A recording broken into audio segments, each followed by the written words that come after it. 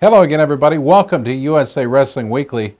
I'm Scott Casper. It's time for this week's news and features from USA Wrestling, the national governing body of our sport. Well, this week we welcome summer. The days continue to tick away as we mark time as the 2012 Summer Olympic Games in London looms bright. Olympic wrestling competition is set for early August, and the U.S. Olympic teams are busy honing their skills with training and competition. This last weekend, Olympians in men's freestyle and Greco competed in Europe to assist in their prep for London. We start in cities Poland, where a U.S. men's freestyle team wrestled in the always tough Zielkowski International. Team USA entered a pair of Olympians along with a number of other national team members and finished with encouraging results.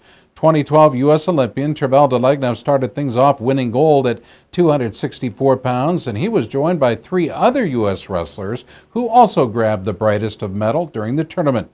Delegnov, a 2009 world's bronze medalist as well, won 3 matches in the event, opening with wins over opponents from both Kazakhstan and Egypt. With the final score of 1-0-1-0, Delegnov came home with the gold after beating 2012 European champion Taha Agül of Turkey. Also winning gold medals were national team athletes Obi Blanc at 121 pounds, Logan Stieber at 132 pounds, and J.D. Bergman, the always tough big man, at 211 pounds. Blanc, a 2010 World Team member, won 3 matches on the way to the title, including a 3-period semifinals win over 2-time junior world champion Ahmet Piker of Turkey. In what turned out to be an all-USA finals, he defeated fellow American Angel Escobedo in 3 periods for the title. Stieber, a 2012 NCAA champion for the Buckeyes of Ohio State and junior world silver medalist, won 2 bouts to claim his gold. He defeated Turkey's top competitor Munir Recep Aktis in the finals with an exciting second-period fall. 2010 World Team member J.D. Bergman posted a 4-0 record, beating 2 athletes from Poland in the preliminaries, and then went on to stop Josef Jaloviar of Slovakia in the semifinals. His gold medal victory came over 2011 world silver medalist Serhat Balci of Turkey. The final score there, 1-0-1-0. In recognition of his effort, Bergman was named the Mat.com Wrestler of the Week. In addition to Escobedo's silver medal, Gerard Trice won a bronze at 264 pounds for Team USA. Trice beat Canadian Olympian Arjan Buehler in the medal round. Olympian Sam Hazewinkle also saw action at 121 pounds, but fell just shy of the medal rounds. National freestyle coach Zeke Jones felt that the tour was a success and another step in the right direction. It was really a culmination of a 3-week cycle, a week of training here at the training center, a week in New York wrestling the Russians, and then a week of training in Poland as well as the tournament. So the preparation was good. We got out of it what we wanted to accomplish. We wrestled overall real well. Turkey had a good team there. 5 of their Olympians were there. Kazakhstan brought a number of their Olympians. Well, the Greco team stepped it up as 5 members of the 2012 U.S. World Team saw action at the Gedza International in Belgrade, Serbia. It was a successful trip for Team USA as preparations for the Olympics continue in earnest. In the end, the U.S. came home from the tournament with 2 individual champions and 6 medalists, placing a strong second behind host Serbia. While bringing home the 264-pound crown was 2-time Olympian and 2002 world champion Vermeil Byers. The talented big man won 3 times during the day. He opened with impressive wins over opponents from Serbia and Macedonia and closed out the victory string, stopping Nemanja Pavlov of Serbia in his final bout. The score, 1-0-2-0. With that incredible performance, Byers rightfully earned Outstanding Wrestler of the tournament. Well, the action at 121 pounds saw another 2-time U.S. Olympian, Spencer Mango, post a strong performance. Mango knocked off 4 opponents in the round robin, including a championship victory over U.S. teammate Paul Telgren by a final score, 2 periods, 6-0-2-0. Telgren supplied the U.S. with a silver medal of his own with a 3-1 record for the day. Incredibly, Mango was responsible for winning not 1 but 2 medals for the USA. On the second day, he went up to 132 pounds and wrestled again. this time bringing home a bronze medal. Mango went 2-1 at the higher weight, including a victory over Luis Baez of Venezuela in the bronze medal bout. Capturing a silver medal with a 3-1 record at 185 pounds was Olympian and fan favorite Chaz Betts. His only loss was to Azamat Bikbiev of Russia in a tight 3-period battle. Also winning a bronze medal at 163 pounds, Olympian and 2-time world bronze medalist Justin Lester. Justin was competing up one weight class from his normal weight at 145 pounds. Lester went 2-1 on the day with only a 3-period loss to tough Russian Milan Nagliev. Olympian Ben Provisor had 4 bouts as he too competed up a weight class at 185 pounds. Assistant National Greco-Roman coach Momir Petkovic assessed the American effort. Basically, we are out 1 month and 3 weeks from Olympic Games. We use this tournament that everybody, our Olympic team, is going to have like 3-4 matches before we're heading out to London. We achieved that goal. Tournament-wise, I think the tournament was a little bit weaker than usually, but it worked out for us. Well, the wrestling community is still buzzing about the Grapple in the Big Apple that took place in New York City's Times Square. Couldn't make it to the event in person? Not able to catch the webcast? I've got good news for you. You can still see the great competition on television. NBC Sports Network premiered the Grapple in the Big Apple Thursday, June 21st, and they've got plans for additional airings of the 2-hour wrestling spectacular, and you fans should check your local listings for dates and times. And as always, you can check with our friends at themat.com as well. The show features highlights of the day, including the ASICS USA versus Russia freestyle dual meet, the 132-pound U.S. Olympic freestyle team wrestle-off, along with exhibition match. NBC's Jason Knapp joined Olympic champion Jeff Blatnick and Andrew Catalon for the play-by-play, color, and incredible looks down the man-made canyons of New York City. Watch the drama unfold in the 60-kilo battle between Coleman Scott, Sean Bunch, and Reese Humphrey as they wrestled off for the final spot on the U.S. Olympic freestyle team. Coleman Scott had his best day ever in freestyle wrestling to make this a rather memorable event. Headlining the USA versus Russia match in Times Square, 4 freestyle Olympians from the United States and 2 junior world champions from Russia.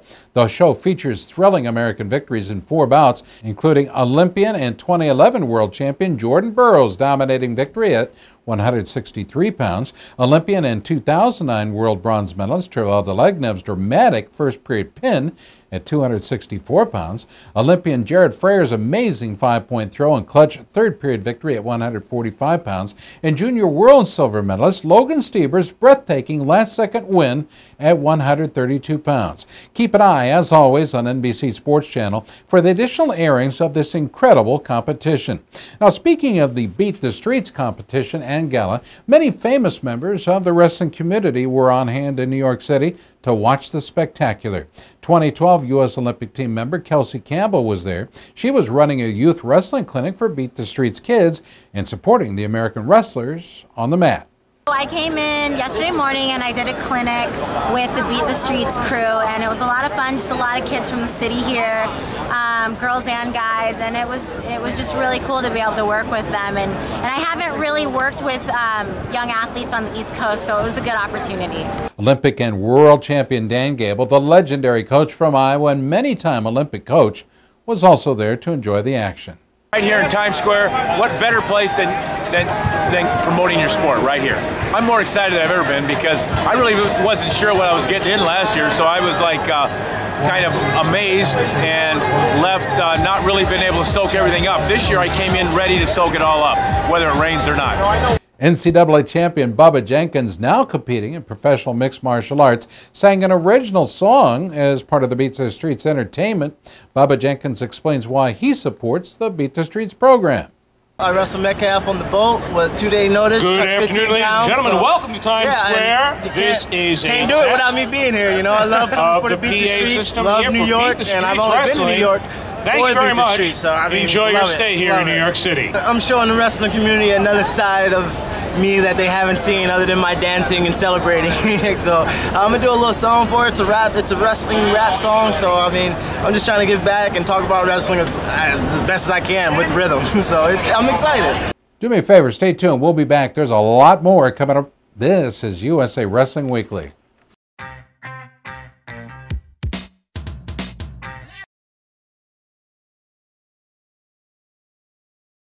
it's been a long time, and they've been at the top of the game every year forever. And I'll tell you what, now that I think about it, maybe that's where I've gotten my inspiration, because you know, I always want to be in the top of my game in wrestling, and I think that's where ASICS is and wants to be as well.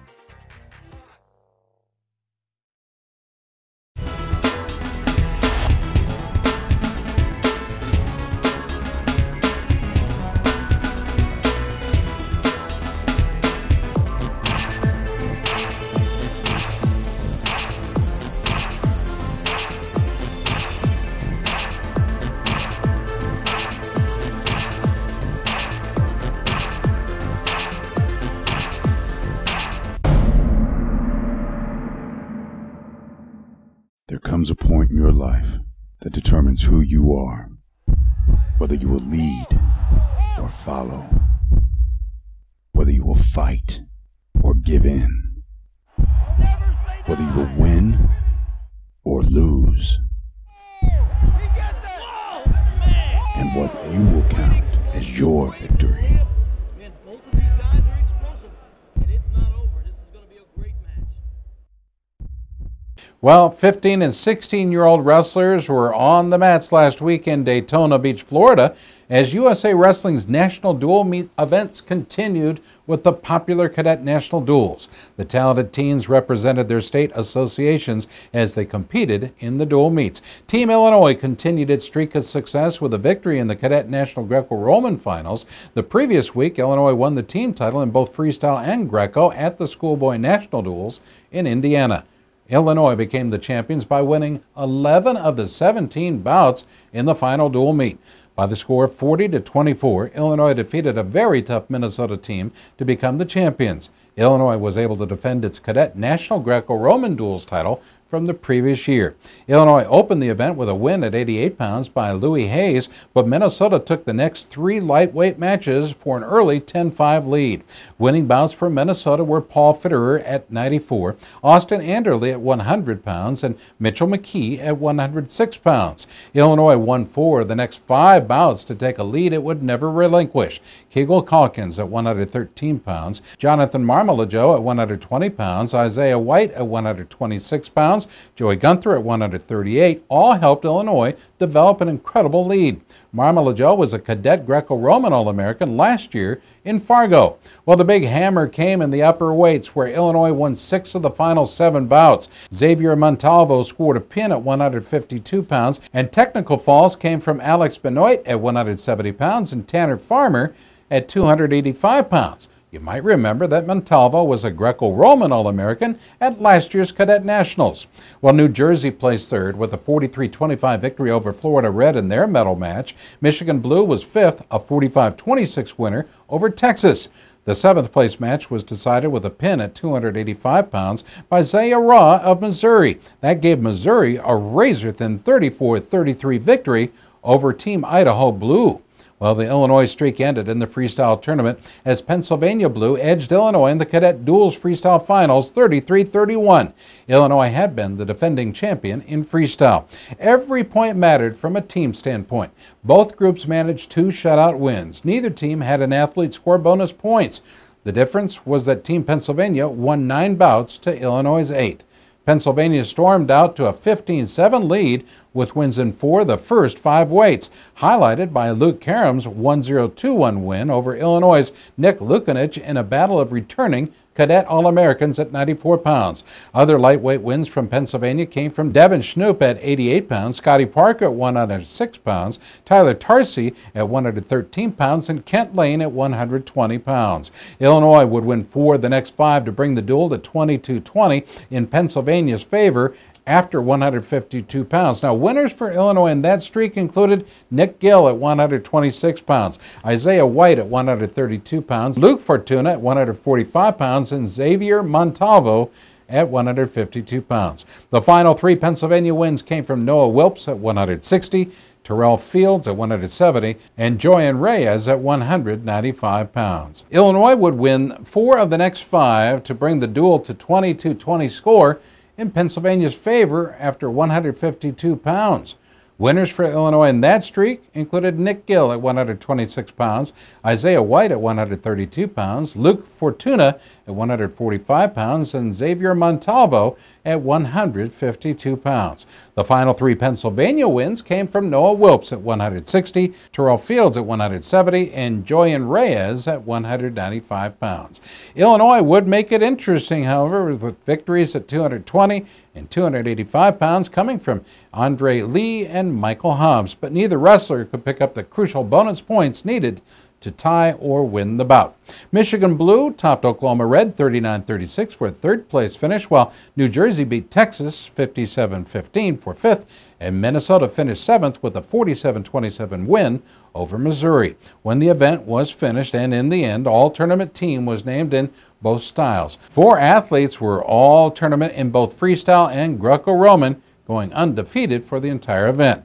They were Tate Orndorff of Washington at 220 pounds, Matthew Woody of Georgia at 145 and 152, Mason Manville of Minnesota at 145 pounds, and Miles Martin of New Jersey at 152 pounds. 3 teams tied for the most all-tournament team selections. They included New Jersey, Michigan, and Wisconsin, all with 6. What do you say? Let's take a look at the 2012 Cadet Duels all-tournament teams on a roll.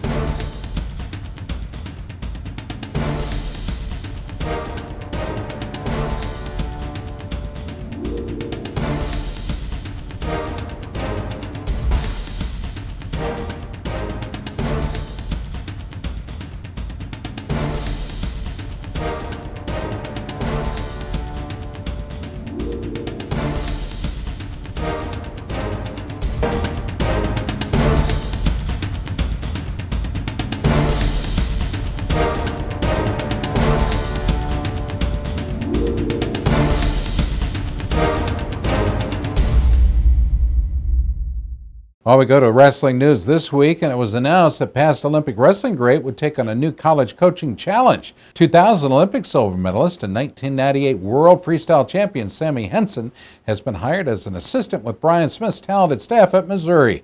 This will be Henson's second career stop in Columbia with the Tigers. He started his collegiate wrestling career with Missouri, earning All-American status before transferring to Clemson, where he won a pair of NCAA titles. One of the world's great freestyle wrestlers, Henson won gold at 54 kilos at the 1998 World Championships and was the silver medalist at the 2000 Olympic Games in Sydney. He was also a world bronze medalist in 2005 with an amazing resume of success in the international styles. Henson has been a high-level freestyle coach since his competition career ended. He's coached numerous world and Olympic team members with world-famous Sun-Kissed Kids Wrestling Club, where he was head coach when he accepted the Missouri position. He also has served a number of stints as assistant coach on the Division I college level.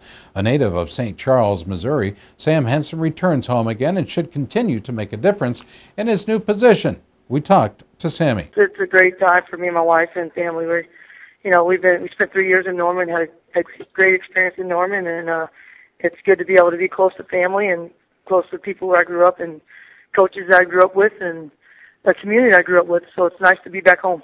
And now, wrestling fans, we do a follow-up on last week's sad news about the passing of Olympic athlete and coach Lee Allen after a long career of leadership within our sport. A memorial service was held for Lee in Half Moon Bay, California just last weekend. Hundreds of his family, friends, and wrestling colleagues came out to honor this great man who had a tremendous impact on so many lives.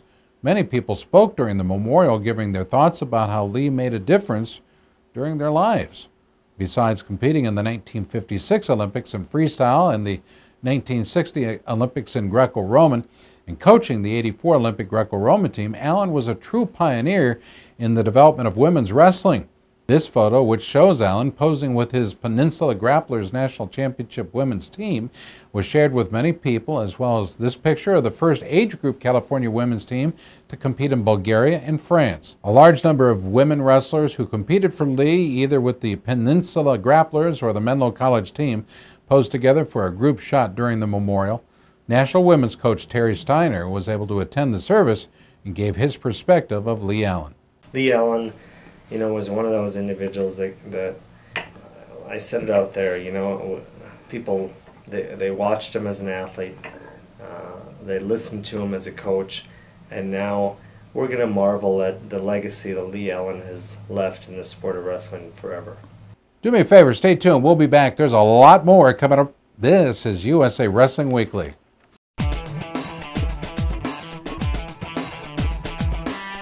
Each season, Liberty Mutual's Responsible Sports Community Grant Program awards $65,000 to youth sports organizations and school sports programs that demonstrate their commitment to responsibility in youth sports. Your organization could be one of our 20 winners this season.